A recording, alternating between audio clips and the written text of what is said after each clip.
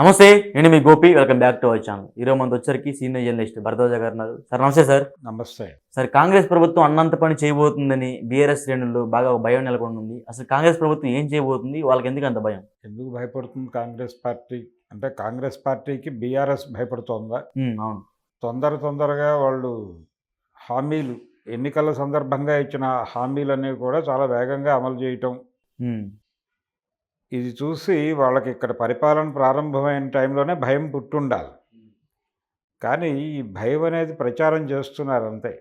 భయం అనేది ఎవరు ప్రచారం చేస్తున్నారు, ఎందుకు చేస్తున్నారు అనేది చూడాలి లోపలికి వెళ్ళి చూస్తే. ఒకవేళ నిజంగానే అంటే హరీష్ రావు ఇచ్చినటువంటి ప్రకటన నేపథ్యంలోన ఈ గొడవ అంతా ఏం చెప్పాడు ఆయన?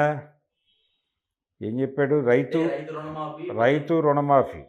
రైతు రుణమాఫీ ఇప్పటిదాకా క్లియర్ చేయలేదు మీరు.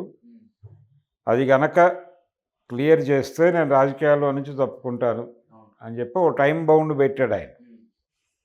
ఈ టైంలోపు మీరు క్లియర్ చేయగలిగితే ఓకే, మీరు చేయగలిగితే నేను రాజకీయాల్లో ఉండను, రాజకీయ సన్యాసం తీసుకుంటా. ఇది సహజంగా అందరూ ప్రకటిస్తారు. ఇది కొత్త, ఇప్పుడు హరీష్ రావు కొత్తగా ఈరోజు ప్రకటించడం కాదు. ప్రతి ఒక్క నాయకుడు ఏదో సందర్భంలో రాజకీయ సన్యాసం అనే మాట వాడతారు. కానీ అంత మాత్రం చేత వాళ్ళేం రాజకీయ సన్యాసం తీసుకోరు.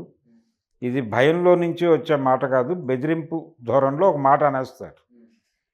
ఇప్పుడు బీఆర్ఎస్ శ్రేణుల్లో భయం నెలకొంది. ఆయన అంటే ఈ ఈ పని కంప్లీట్ అయిపోతాయి, రుణమాఫీ అనేది కంప్లీట్ అయిపోతాయి, అప్పుడు అనివార్యంగా కంప్లీట్ అయిపోయింది, నువ్వు రాజకీయ సన్యాసం తీసుకోమని వాళ్ళు అంటారు. ఈయన తీసేసుకుంటాడు, అయిపోతుంది.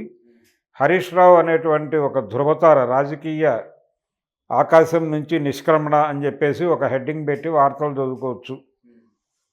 ఆ పరిస్థితి వస్తుందేమో అనేటువంటి ఒక భయం చాలామందిలో కనిపిస్తోంది. కానీ అది కూడా నటనే. ఇటువంటి ప్రమాదాలు ఏమీ ఉండవు. ఆయన ఏమీ రాజకీయ క్షేత్రం వదిలి వెళ్ళిపోడు. అంటే హరీష్ రావు మాట తప్పుతాడా? హరీష్ రావు మాట తప్పుతాడా లేదా అన్నది కాదు క్వశ్చన్. ఆర్గ్యుమెంట్లోకి ఎలా వస్తుందంటే విషయం, మేము ఈ లెవెల్ భయపడితే తప్ప, అంటే మీరు చేస్తే మేము రాజకీయాల్లో నుంచి తప్పుకుంటాం అంటే తప్ప మీరు ఈ పని చేయలే. మేము ఆ మాట అన్నప్పుడు మీకు ఉత్సాహం వచ్చింది, వచ్చి ఈ రుణమాఫీ అనేది వేగంగా చేశారు. ఇప్పటిదాకా ఎందుకు చేయలే?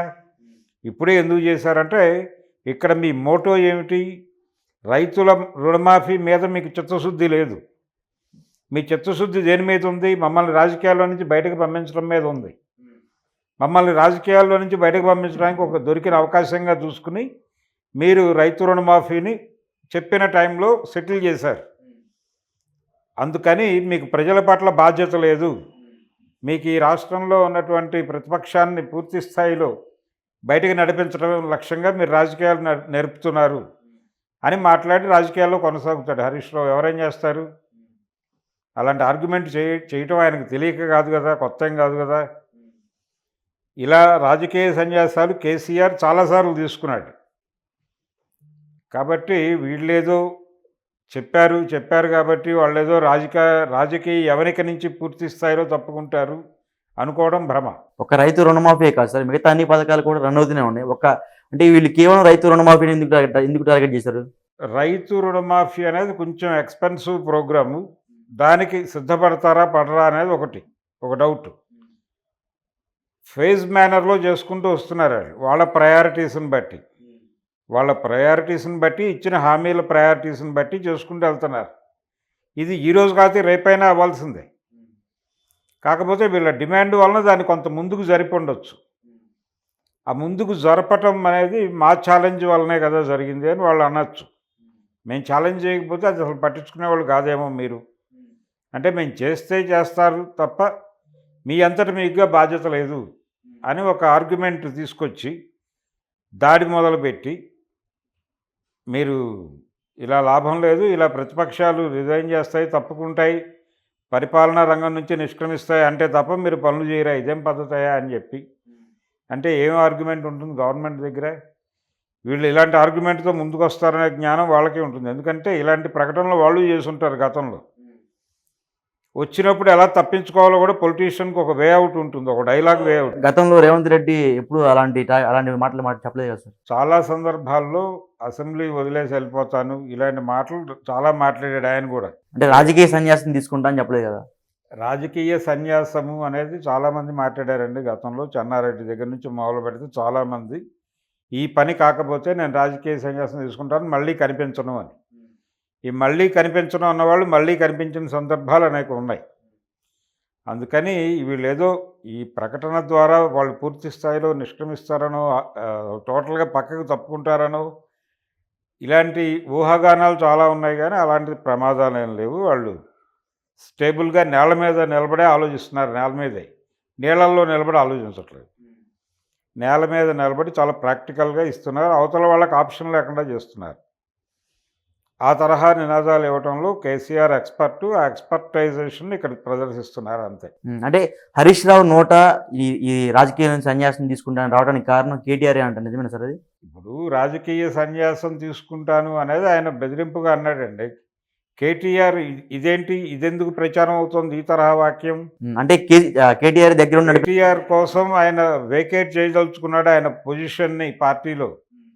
అంటే తండ్రి కొడుకుల పాలనలో సఫకేట్ అవుతున్నటువంటి హరీష్ రావు అనేది బాగా జనంలోకి వెళ్ళే వైరల్ అయ్యే కంటెంట్. అంటే కేటీఆర్ చెప్తేనే హరీష్ రావు ఆ రోజు మాట తుల్లారంట, నిజమేనా సార్ అది?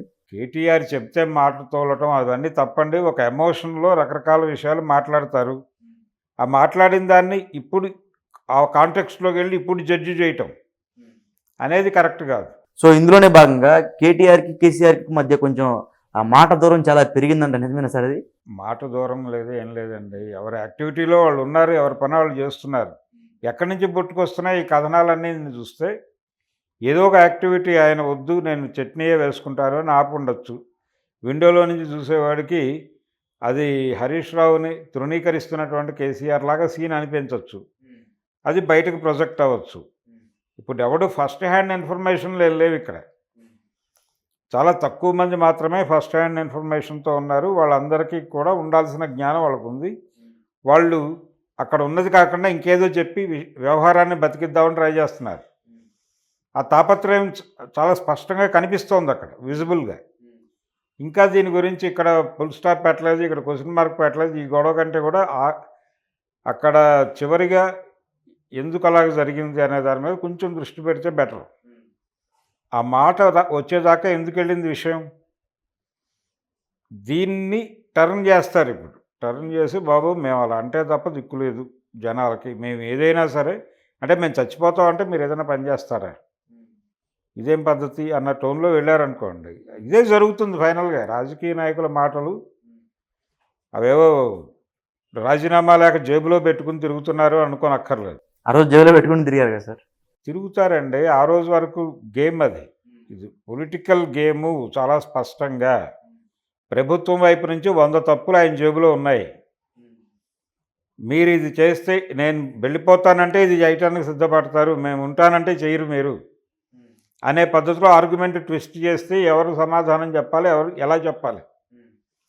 అది కనీసం 4 రోజులు పడుతుంది కదా వివరణ ఇచ్చుకోవడానికి. అంత టైం ఎందుకు తీసుకుంటున్నారు వివరణ ఇవ్వడానికి? మీ దగ్గర ఆధారాలు ఉంటే నేను చెప్పింది తప్పైతే అప్పుడే చెప్పాలి కదా నాకు అని 2వ రోజు నుంచి నాకు కౌంటర్ ఆపరేషన్ మొదలుపెట్టేస్తాడు. దీన్ని తట్టుకోవడం కష్టం. అందుకని యుద్ధం మొదలైంది. తెలంగాణలో యుద్ధం జరుగుతోంది, జరగనివ్వటమే. అది హరీష్ రావు రాజీనామా చేసి వెళ్ళిపోవడం ఇవన్నీ ఆలోచనలు. ఆయన ఏదో వేరే పార్టీలో చేరిపోతాడు, ఈ రకమైనటువంటి ప్రచారాలు కూడా జరుగుతున్నాయి. అవి ఏవి ఉండవు. ఆయన ప్రస్తుతానికి అక్కడే స్థిరంగా నిలబడి ఉంటాడు. ఆ గొడవ తేలాలి. ఇప్పుడు కాంగ్రెస్తోనూ ఇతర పార్టీలతోనూ ఉన్న రిఫ్ట్ గొడవ సెటిల్ అయిపోతే కొంత ఆయన పాలనాపరమైనటువంటి వ్యవహారాల్లోకి దృష్టి పెట్టి మరలించి ఆ పనులు చూసుకుంటాడు. ఆ పనులు చూసుకునే వెసులుబాటు కల్పించడం అవసరం. Okay sir, thank you. Thank you.